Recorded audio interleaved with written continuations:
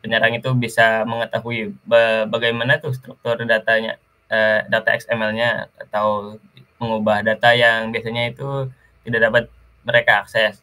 Lalu mereka itu, bahkan itu bisa meningkatkan hak istimewa mereka di situs web jika data XML digunakan untuk autentikasi seperti file pengguna berbasis XML. Menyerang konektivitas data. Menyerang konektivitas data sekarang. Ada connection string injection, connection string parameter pollution, lalu ada connection pool DOS.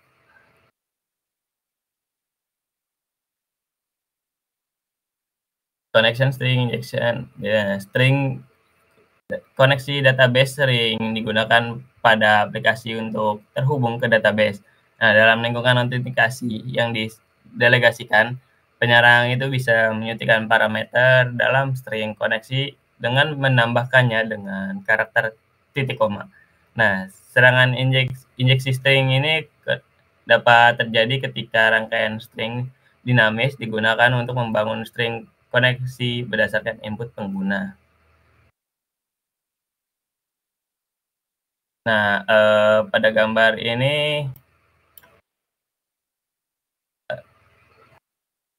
penyerang itu pada contoh gambar ini penyerang itu memanipulasi string koneksi untuk mengubah konfigurasi koneksi ke database, yang dimana pada before injection ini, sebelum injeksi itu string koneksi awal itu koneksi awalnya itu memiliki parameter standar seperti data, source, user, ID, dan juga password. Nah, setelah diinjeksi, penyerang itu menambahkan parameter baru, yaitu encryption off. Nah, encryption off ini, jadi penyerang itu menonaktifkan enkripsi pada koneksi, di database tersebut. Ya, jadi, setelah di encryption off ini, penyerang itu, yang dapat memungkinkan penyerang itu menangkap data sensitifnya dan juga memodifikasi data pada database.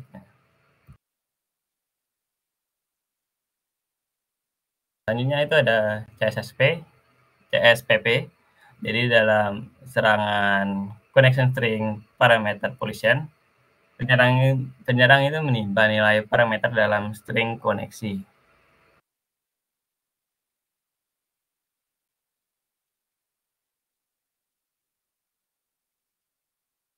Menyerang aplikasi client web. Penyerang itu berinteraksi dengan aplikasi sisi server dengan cara yang tidak terduga untuk melakukan tindakan jahat terhadap pengguna akhir dan mengakses data yang tidak sah. Contoh serangannya itu seperti XSS atau cross-site scripting, lalu ada cross-site request forgery atau CSRF, lalu ada HTTP header injection, lalu ada cross-frame scripting atau XSF, lalu ada session fixation. Tahap selanjutnya itu menyerang web service. Nah, web service ini bekerja di atas aplikasi web lama, dan setiap serangan pada web service akan segera mengekspos kerentanan bisnis dan logika yang mendasari untuk berbagai serangan. Nah, contoh bentuk serangannya itu seperti SOAP injection dan XML injection.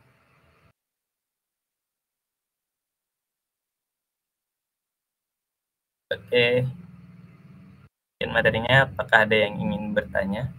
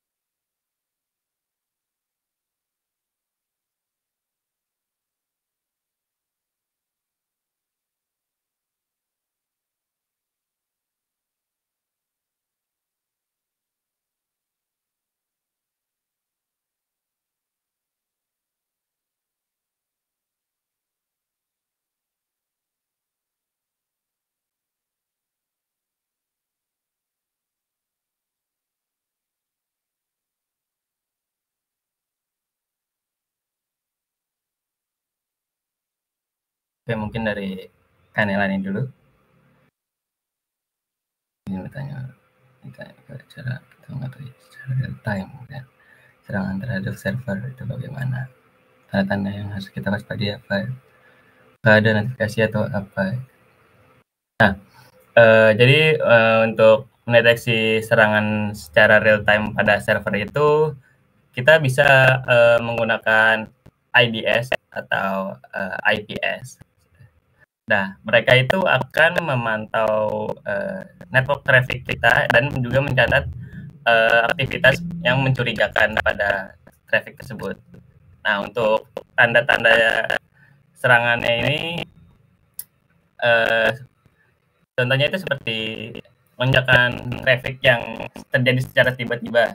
Seperti misalkan kalau kita di DDoS atau di DOS itu traffic jaringan akan melonjak secara tinggi, secara tiba-tiba. Nah, lalu pengguna bisa cek penggunaan CPU atau RAM yang tiba-tiba sangat tinggi, yang tiba-tiba itu penggunaannya itu sangat tinggi tanpa sebab yang jelas. Lalu bisa cek log. Nah, log ini menunjukkan bisa cek log yang menunjukkan banyak login yang gagal atau permintaan aneh. Lalu mungkin bisa cek perubahan file atau konfigurasi yang terjadi tanpa izin dari yang punya server. Lalu untuk apakah ada notifikasi atau apa? Untuk notifikasi itu pada IDS atau IPS itu biasanya bisa dikonfigurasi untuk mengirimkan alat melalui SMS atau email. Ya, kali ada aktivitas yang terlihat mencurigakan. Nah, jadi itu kita bisa langsung tahu jika ada potensi serangan yang terjadi. Apakah itu menjawab?